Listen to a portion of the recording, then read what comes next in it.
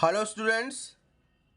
बच्चों, आज हम लोग मोमेंट ऑफ इनर्शिया का जो चैप्टर है हमारा, उसमें जो इम्पोर्टेंट रिलेशंस होते हैं, ठीक है, कौन कौन से रिलेशंस होते हैं इम्पोर्टेंट, जैसे torque and moment of inertia, tau is equal to I alpha, ठीक है।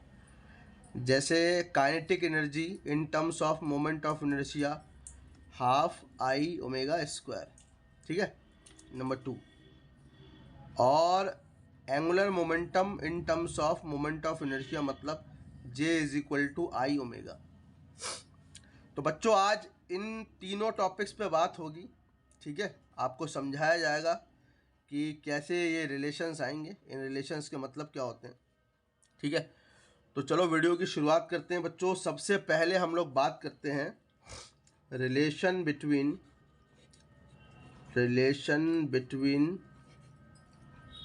Torque, relation between torque and moment of inertia, torque and moment of inertia, इस पर हम लोग बात करते हैं बच्चों आज। सबसे पहले तो देखो बच्चों, आप लोग टॉर्क जानते होंगे, सभी लोग जानते होंगे कि किसी भी बॉडी पर जो टॉर्क लगता है वो किस तरीके से लगता है, मैं आपको बताता हूँ। जैसे ये हमारी कोई रिजिड बॉडी है, ठीक है, ये इस एक्सिस के अबाउट घूम रही है, ठीक है, इस एक्सिस के अबाउट घूम रही है। तो सपोज करो कि क्या नाम है कि ये जो पूरी रिजिड बॉडी है, इसमें कई सारे हमारे छोटे छोटे मासेस अवेलेबल हैं, M1, M2, M3, ठीक है, और Mn, कई सारे छोटे छोटे पार्टिकल्स। और इन पार्टिकल्स से मिलके ये पूरी रिजिड बॉडी बनी हुई है। इन पार्टिकल्स की एक्सिस ऑफ रोटेशन से डिस्टेंस की अगर हम बात करें तो R1, R2, ये R3, ठीक है, और ये Rn, सही है, क्या हो गया, Rn। इनकी एक्सिस ऑफ रोटेशन से जो डिस्टेंस रिकॉर्ड की गई है वो ये रिकॉर्ड की गई है, M1 पार्टिकल की R1, M2 पार्टिकल की R2, और इस तरीके से ये डिस्टेंस वेरी करेगी, R3, R4, R5 dash dash Rn तक जाएगी। एक बात ध्यान रखना है कि एक्सिस ऑफ रोटेशन से ही हमें ये डिस्टेंसेस मेजर करनी है। अब बच्चों, अगर इस पार्टिकल का मैं इस एक्सिस के अबाउट टॉर्क एक्सप्रेस करूं तो टॉर्क को मैं कैसे एक्सप्रेस करूंगा। टॉर्क होता है हमारा फोर्स इनटू डिस्टेंस, ठीक है, या फोर्स इनटू फोर्स आर्म भी बोलते हैं हम इसको, ठीक है, force into force arm, force arm भी कह सकते हैं या डिस्टेंस भी कह सकते हैं फ्रॉम एक्सिस ऑफ रोटेशन से, ठीक है। एक्सिस ऑफ रोटेशन से डिपेंड करेगा फोर्स, ठीक है, कि कितनी दूरी पर हमको फोर्स लगाना है या कितनी दूरी पर फोर्स लगाएं तो वो सूटेबल रहेगा बॉडी के मूवमेंट के लिए।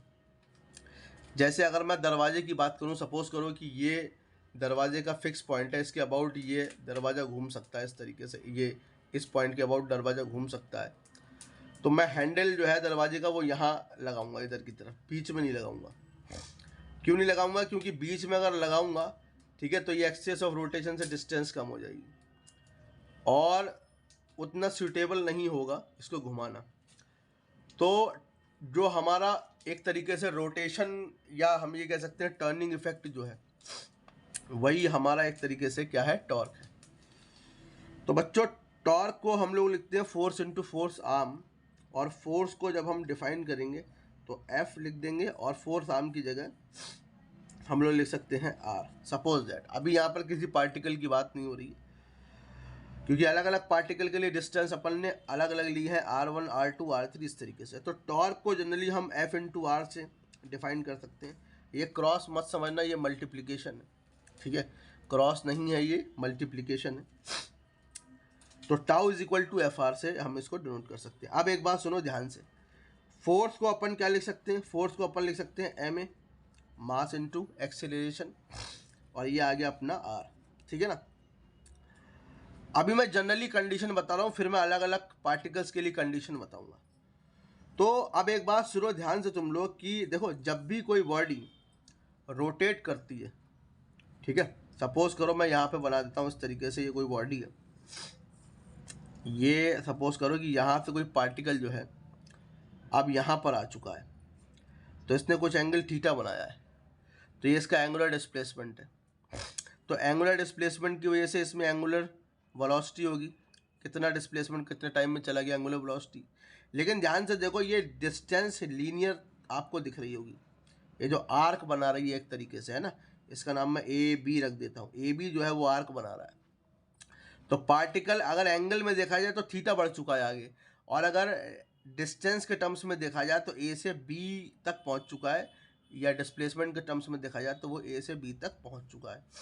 तो जब ए से बी तक उसने डिस्प्लेसमेंट ट्रेवल किया तो बिल्कुल ही उसने वेलोसिटी यानी कि लीनियर वेलोसिटी भी ट्रेवल करी होगी। तो velocity is equal to displacement upon time भी होता है। तो ध्यान रखो जब भी कोई पार्टिकल रोटेशन करेगा तो उसमें जो है एंगुलर प्रॉपर्टीज़ भी होंगी और लीनियर प्रॉपर्टीज़ भी होंगी, मतलब उसमें एंगुलर वेलोसिटी भी होगी, उसमें लीनियर वेलोसिटी भी होगी, उसमें एंगुलर एक्सेलरेशन भी होगा इस एंगुलर वेलोसिटी के बदलने के कारण, और उसमें लीनियर एक्सेलरेशन भी होगा लीनियर वेलोसिटी के बदलने के कारण, मतलब v/t।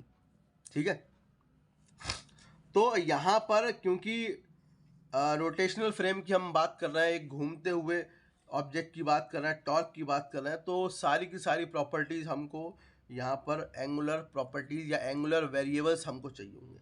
तो हम इस लीनियर एक्सेलरेशन को हटा रहे हैं और इस लीनियर एक्सेलरेशन की जगह हम एंगुलर एक्सेलरेशन लेके आएंगे।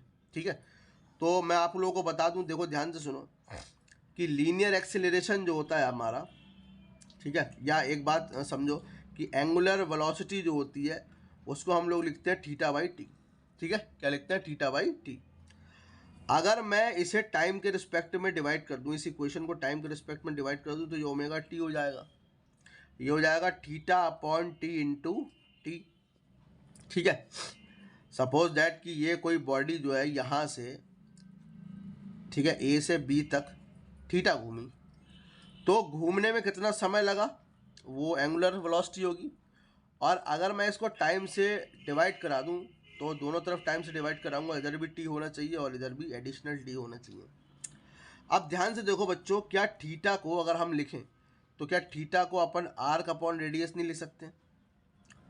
ठीक है, आप लोग जानते हुए कि एंगल को हम लोग आर्क अपॉन रेडियस लिखते हैं। तो आर्क जो है वो एक तरीके से देखा जाए तो ये डिस्प्लेसमेंट हो गया, लीनियर डिस्प्लेसमेंट।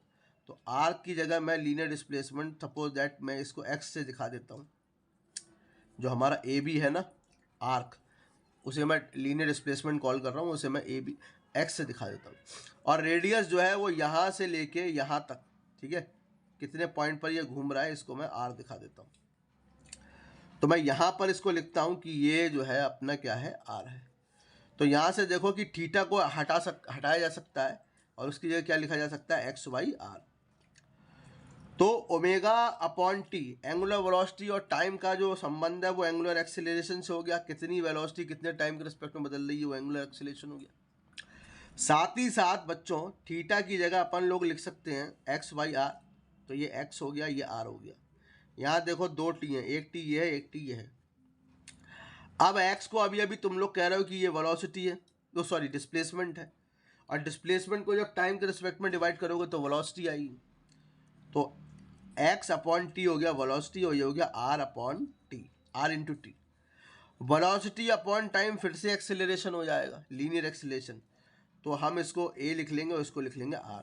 तो देख रहा हो कि बच्चों की अल्फा की जगह मैं क्या लिख सकता हूँ, a/r लिख सकता हूँ, या a की जगह मैं क्या लिख सकता हूँ, r अल्फा लिख सकता हूँ। ठीक है, तो बस मैं यही चीज़ यहाँ पर जो है यूज़ करूँगा इस इक्वेशन में, कि टॉर्क से शुरुआत करी फोर्स इंटू फोर्स आर्म से, या force into distance from axis of rotation, ये टॉर्क होता है। टॉर्क को एफ आर लिख सकते हैं, एफ को एम ए लिख सकते हैं, और आर। अब एम ए में एम को ऐसे ही रखा और ए को जो है वो रिप्लेस करा दिया एंगुलर एक्सेलरेशन से, ये हो गया आर अल्फा, ये हो गया आर। तो यहाँ पे देखो ये हो गया एम आर स्क्वायर, ये आ गया अल्फा।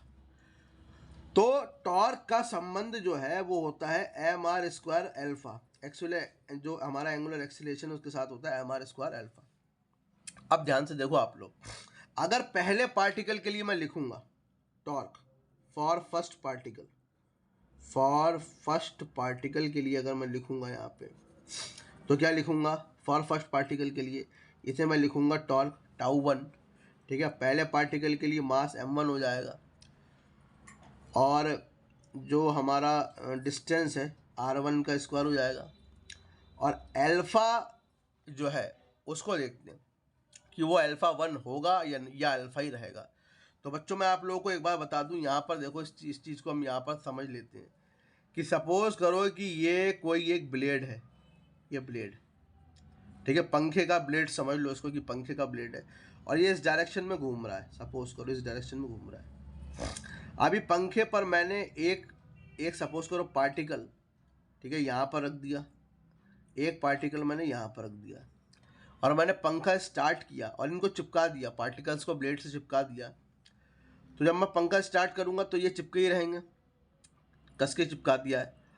तो कुछ समय बाद क्या होगा कि इनकी स्थिति ये हो जाएगी, है ना, ये हो जाएगी स्थिति। अब ध्यान से देखो आप लोग, क्या दोनों पार्टिकल्स ने एक जैसा एंगुलर डिस्प्लेसमेंट नहीं लिया है? क्यों भाई? दोनों पार्टिकल्स ने, ये जो ए बी यहाँ पर थे अब वो यहाँ पहुँच चुके हैं ए बी, क्या दोनों पार्टिकल्स ने एक जैसा डिस्प्लेसमेंट नहीं लिया है? बिल्कुल लिया है।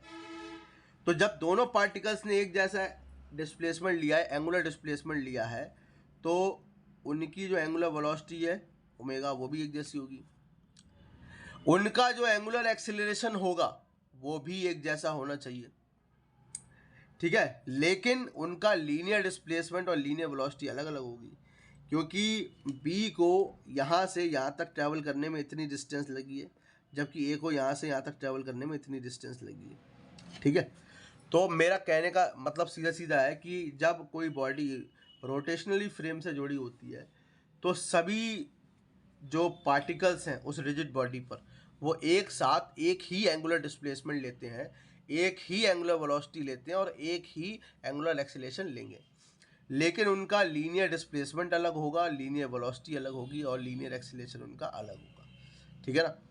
सपोज करो कि अगर मैं इस पेन को घुमाऊं, इस पेन पर मैंने एक पार्टिकल यहाँ पर चिपका दिया, एक पार्टिकल यहाँ पर चिपका दिया, और अगर मैं इसको रोटेट करूँ, इस तरीके से रोटेट करूँ, तो जो बाहर पार्टिकल होगा वो बड़ा गोला बनाएगा, है ना, बड़ा गोला बनाएगा इस तरीके से, और जो पार्टिकल सपोज करो ये एक्सिस ऑफ रोटेशन, और अब कोई पार्टिकल यहाँ पर है तो वो छोटा गोला बनाएगा।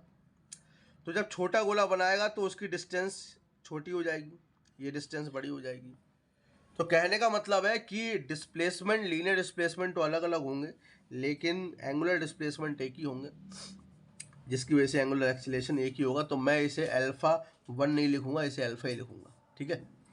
सिमिलरली फॉर सेकंड पार्टिकल के लिए बच्चों, फॉर सेकंड पार्टिकल के लिए, सेकंड पार्टिकल के लिए क्या हो जाएगा मैं बताता हूँ आपको। ये इसको हम लिख सकते हैं टाउ 2, ये हो जाएगा m2r2 स्क्वायर अल्फा।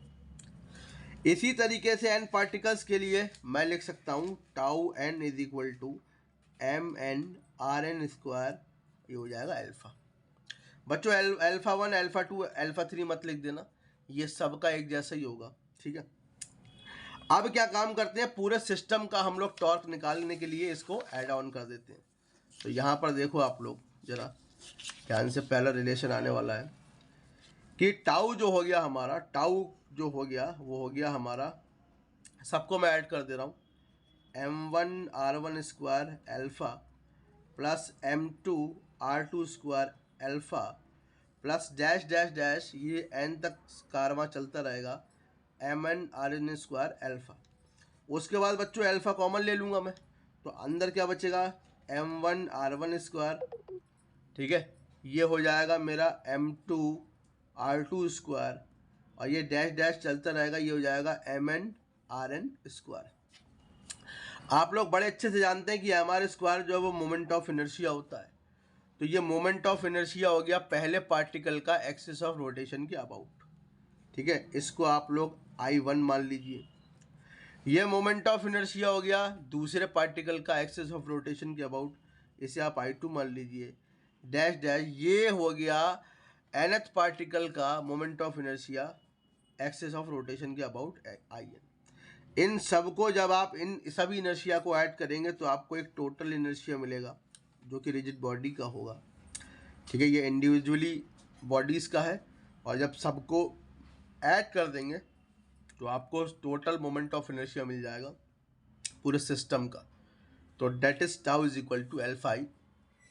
यहाँ हमारा पहला एक्सप्रेशन सिद्ध होता है। ठीक है, उसी के बाद अब हम अपने लोग चलते हैं नेक्स्ट एक्सप्रेशन की तरफ। J is equal to I omega किस तरीके से आया इसको देखते हैं। तो यहाँ पर हम लोग J से शुरुआत करेंगे, वहाँ पर हम लोग टाउ से शुरुआत करेंगे, तो यहाँ पर J से शुरुआत करेंगे। आप लोग जानते हैं कि J जो एंगुलर मोमेंटम होता है हम उसको MVR लिखते हैं। ठीक है, R क्रॉस P से, वेक्टर R क्रॉस P से उसको हम MVR लिखते हैं। आप लोग देख लीजिएगा। ठीक है, तो एंगुलर मोमेंटम जो हो गया वो हो गया हमारा MVR। ठीक है, अच्छा अब एक बात और सुनो, क्योंकि बॉडी फिर से घूम रही है ना, चीज़ें वही काम कर रही हैं। एक्सिस ऑफ रोटेशन हमने दिखा दिया यहाँ पे। पहला पार्टिकल हमने M1 दिखा दिया है R1 डिस्प्लेसमेंट पर, दूसरा पार्टिकल हमने M2 दिखा दिया है R2 डिस्प्लेसमेंट पर, तीसरा पार्टिकल हमने M3 दिखा दिया है R3 डिस्प्लेसमेंट पर, और यहाँ पर nवा पार्टिकल दिखा दिया है Rn डिस्प्लेसमेंट पर। एक्सिस ऑफ रोटेशन से सबका हम लोग एक्सिस ऑफ रोटेशन एक ही ओरिजिन से, एक ही पॉइंट से सबको मेजर करेंगे कि कौन कितनी दूरी पर बैठा हुआ है। तो बच्चों अगर मैं इस एंगुलर मोमेंटम को थोड़ा सा और सुधार के लिखूं तो लीनियर वेलोसिटी हटा दो, क्योंकि रोटेशनल फ्रेम में हम बात कर रहे हैं। तो लीनियर वेलोसिटी की जगह अब एंगुलर वेलोसिटी को ढूंढो लीनियर वेलोसिटी के रिस्पेक्ट में। तो ये होती है V is equal to R omega. Circular motion के चैप्टर से हम लोगों ने सीखा था V is equal to R omega. तो V की जगह लगा देंगे आर ओमेगा और ये हो जाएगा R। तो G इज इक्वल टू हो जाएगा MR² ओमेगा। ठीक है ना, ये हो गया हमारा एक नॉर्मल रिलेशन जिसे हमें यूज़ करना है। तो अगर बच्चों पहले पार्टिकल के लिए देखें, फॉर फर्स्ट पार्टिकल के लिए अगर हम लोग यहाँ पर देखें तो पहले पार्टिकल का जो एंगुलर मोमेंटम होगा एक्सिस ऑफ रोटेशन के अबाउट J1, पहले पार्टिकल का मास है M1, पहले पार्टिकल की एक्सिस ऑफ रोटेशन से डिस्टेंस R1², और क्योंकि मैं आप बता चुका हूँ एंगुलर डिस्प्लेसमेंट जो है सभी के लिए एक जैसा होगा। ये लाइन पर जितने भी पार्टिकल्स हैं, अगर ये लाइन घूम के इधर आ जाए तो सारे पार्टिकल्स यहाँ पर आ जाएंगे और उन सब का एक ही एंगल होगा। देख रहा हो एंगल तो सबका एक है, लेकिन ये लीनियर डिस्प्लेसमेंट देख रहा हो, इसकी ऊंचाई इतनी है, इसकी ऊंचाई इतनी है और इसकी ऊंचाई इतनी है। तो एंगुलर डिस्प्लेसमेंट तो सबके एक जैसे हैं, सबने एक जैसा एंगल बनाया है, लेकिन जो लीनियर डिस्प्लेसमेंट है वो अलग अलग है, जिसकी वजह से लीनियर वेलोसिटी अलग अलग हुई। तो एंगुलर डिस्प्लेसमेंट एक जैसा है, इसलिए एंगुलर वेलोसिटी भी एक जैसी होनी चाहिए। सिमिलरली सेकंड पार्टिकल के लिए अब मैं डायरेक्ट लिख रहा हूँ फॉर सेकंड पार्टिकल के लिए क्या लिखूंगा मैं, J2 बराबर M2R2² ओमेगा। और बच्चों इसी तरीके से nth पार्टिकल के लिए लिखा जाएगा Jn is equal to MnRn² omega. ठीक है, ये ओमेगा है। अच्छा, ये भी ओमेगा है। अब पूरे सिस्टम का जब हम एंगुलर मोमेंटम निकालेंगे तो J इज इक्वल टू, इन सबको ऐड ऑन कर देंगे, इनको है ना, जितने भी हैं, जितने भी n पार्टिकल्स हैं सबको ऐड ऑन कर देंगे। तो मेरे पास बचेगा J is equal to M1R1² omega plus M2R2² omega plus dash dash dash MnRn² omega. अब इसमें से ओमेगा कॉमन ले लो बच्चों। तो ओमेगा जब कॉमन लोगे तो अंदर बचेगा M1R1² प्लस M2R2², ठीक है, और प्लस डैश डैश MnRn²। ठीक है, अब यहाँ से देखो आप लोग फिर से वही बात कि ये मोमेंट ऑफ इनर्शिया पहली बॉडी का एक्सिस ऑफ रोटेशन के अबाउट, ये मोमेंट ऑफ इनर्शिया दूसरी बॉडी का एक्सिस ऑफ रोटेशन के अबाउट, ये moment of inertia nth body का एक्सिस ऑफ रोटेशन के अबाउट। जब इन सबको ऐड कर दोगे तो टोटल बॉडी का मोमेंट ऑफ इनर्शिया निकल आएगा, जिसको हम बोलेंगे I। ठीक है ना, तो यहाँ से हमको मिल गया J is equal to omega I या फिर J is equal to I omega. ठीक है, एक ही बात है। चलो, ये हमारा दूसरा रिलेशन जो है वो कंप्लीट हो गया। अब हम लोग आगे बात कर लेते हैं काइनेटिक एनर्जी के बारे में। ठीक है, कि काइनेटिक एनर्जी जो है वो कैसे हम लोग को मिलेगी। तो अगला आखिरी और ठीक है इम्पोर्टेंट डेरिवेशन, ठीक है, K is equal to half I omega square. Kinetic energy moment of inertia के टर्म्स में कैसे दिखानी है। तो देखो बच्चों, इसका मैं आप लोगों को एक एग्जांपल बता दूं कि सपोज दैट कि कोई बॉडी जो है वो किसी भी, सपोज करो कोई एक सॉलिड सिलेंडर है, ये किसी भी लीनियर सरफेस पर लुढ़क रहा है ना, मूव कर रहा है घूमते घूमते, जैसे पहिया घूमता है ना, तो वो पहिया जो है किस कैसे मोशन करता है, ध्यान से देखो, ये गोल गोल मोशन करेगा और साथ ही साथ वो आगे भी बढ़ता चलेगा, है ना, आगे भी क्या होता चलेगा, बढ़ता चलेगा। तो उसके, अब देखो गोल गोल घूम रहा है तो उसके पास एंगुलर वेलोसिटी है, और आगे बढ़ता चल रहा है तो उसके पास लीनियर वेलोसिटी है। ठीक है, तो हम लोग बड़े अच्छे से जानते हैं बच्चों कि पार्टिकल के पास जो लीनियर वेलोसिटी होती है, किसी बॉडी के पास जो लीनियर वेलोसिटी होगी वो k is equal to half mv² होती है। परंतु वो बॉडी जो है वो मूव भी कर रही है, जिसका मतलब है इसके पास एंगुलर वेलोसिटी भी होगी, और लीनियर वेलोसिटी और एंगुलर वेलोसिटी का संबंध हुआ v is equal to R omega से। तो जब v is equal to R omega से संबंध हुआ तो यहाँ पर k इज इक्वल टू आपको मिलेगा हाफ m, और v की जगह मिलेगा r² ओमेगा स्क्वायर, यही तो मिलेगा ना। अब फिर से वही बात कर लेते हैं हम लोग, यहाँ पे देखो कि ये हमारी रिजिड बॉडी है, ये एक्सिस ऑफ रोटेशन है, ये इसके अबाउट घूम रही है।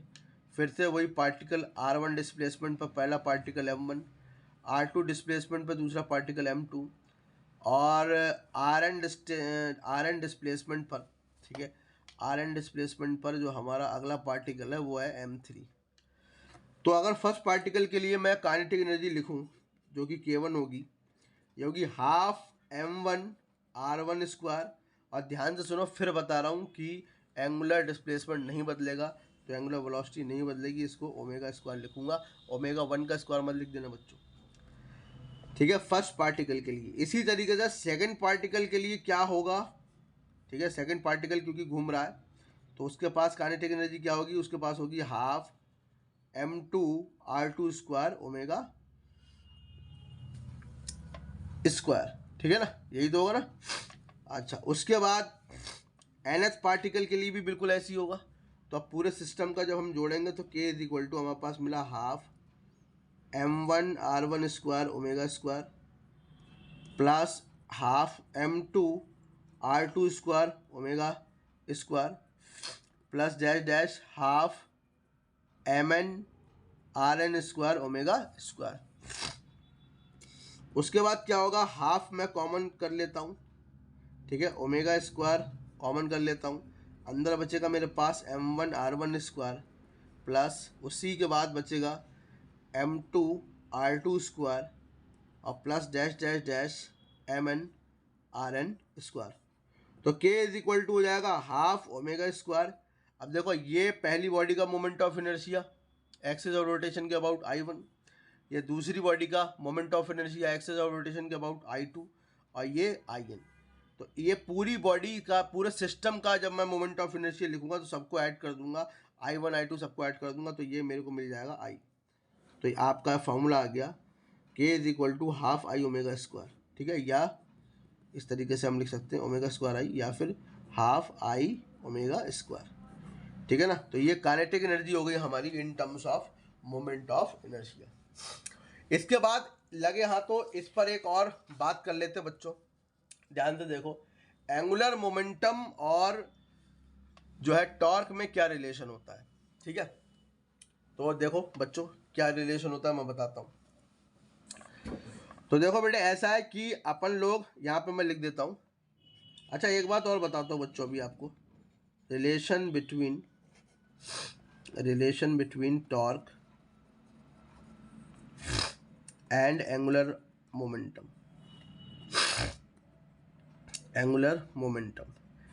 टॉर्क को हम लोग टाउ से लिखते हैं और एंगुलर मोमेंटम को हम लोग बच्चों एल से भी लिखते हैं और जे से भी लिखते हैं। ठीक है, ज़्यादातर बुक्स में एल से लिखा हुआ है, ठीक है, और जब हायर स्टडीज़ की जो बुक है उसमें जे से भी लिखा हुआ है, तो हम उसको जे से भी लिख सकते हैं और एल से भी लिख सकते हैं। ठीक है, तो लिखने में ऐसा कुछ बहुत बड़ा इशू है नहीं, तो आप लोग उसको देख लीजिएगा। टॉर्क और एंगुलर मोमेंटम में हम लोग संबंध बताते हैं। तो बच्चों देखो, एक बात बताऊं मैं आप लोगों को कि टॉर्क को बेटा हम लोग क्या लिखते हैं, बताओ आप लोग। टॉर्क को हम लोग लिखते हैं कि tau is equal to I alpha. ठीक है, क्या लिखते हैं, tau is equal to I alpha. भाई किसी भी बॉडी पर जो हमारा टॉर्क लग रहा है, ठीक है, जैसे सपोज करो इस पूरी बॉडी का कोई भी मास हो, सपोज करो कुछ भी मास है, और उन सभी मासेस का एक्सिस ऑफ रोटेशन के अबाउट जो मोमेंट ऑफ इनर्शिया आई है, तो हम इस बॉडी पर जो टॉर्क को डिफाइन करेंगे वो कैसे डिफाइन करेंगे बच्चों? इस बॉडी पर टॉर्क को हम लोग डिफाइन करेंगे कि tau is equal to I alpha से ही तो डिफाइन करेंगे ना, ठीक है ना। इसको बच्चों मैं मान लेता हूं इक्वेशन नंबर 1, ठीक है। दूसरा देखो, आप लोग ने अभी सीखा कि ये घूम रहा है तो लगातार इसके पास एंगुलर मोमेंटम भी है, और उसको अपन लोग लिखेंगे J is equal to I omega, equation 2 मान लो। इक्वेशन 2 को जरा थोड़ा सा और मॉडिफाई करके लिखते हैं। सपोज दैट कि अगर ये एंगुलर वेलोसिटी चेंज हुई, और होगी ही, अगर ये एंगुलर वेलोसिटी चेंज हुई तो इस पर डिपेंड कर रहा है एंगुलर मोमेंटम, क्योंकि मोमेंट ऑफ इनर्शिया तो बदलेगा नहीं, क्योंकि हर पार्टिकल की एक्सिस ऑफ रोटेशन से जो दूरी है वो एक कांस्टेंट फॉर्म में बनी हुई है ना। तो और पूरी बॉडी का जो मास है वो भी कांस्टेंट है, तो मोमेंट ऑफ इनर्शिया तो चेंज हो नहीं सकता, उसे चेंज करना इतना आसान है नहीं। एंगुलर वेलोसिटी जो है वो ज़रूर टाइम के रिस्पेक्ट में बदल सकती है। तो अगर हम लोग इस इक्वेशन को डिफ्रेंशिएट करा दें, ठीक है, differentiate with respect to time, time समय के रिस्पेक्ट में अगर मैं इसको डिफ्रेंशिएट कराऊं तो इसको मैं लिखूंगा D J over D T, और इसको लिखूंगा आई, क्योंकि ये तो बदलेगा नहीं। क्या बदलेगा? एंगुलर वेलोसिटी बदलेगी, D omega over D T. अब ध्यान से देखो कि आप लोग देखो, ओमेगा जब मतलब एंगुलर वेलोसिटी जब टाइम के रिस्पेक्ट में बदलती है तो अपन उसको एंगुलर एक्सीलरेशन बोलते हैं, अल्फा। ये हो जाएगा बच्चों D J over D T. इसको अपन इक्वेशन 3 मान लेंगे।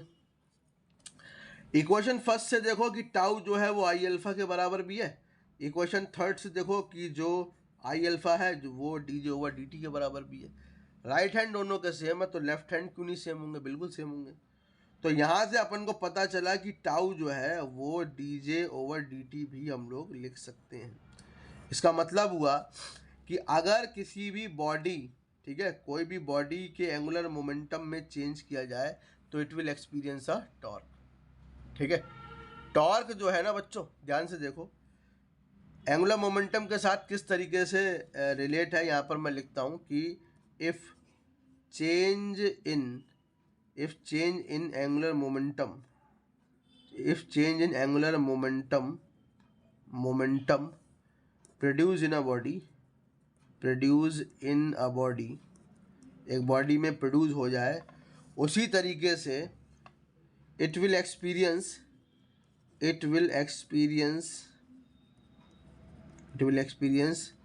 अ टॉर्क।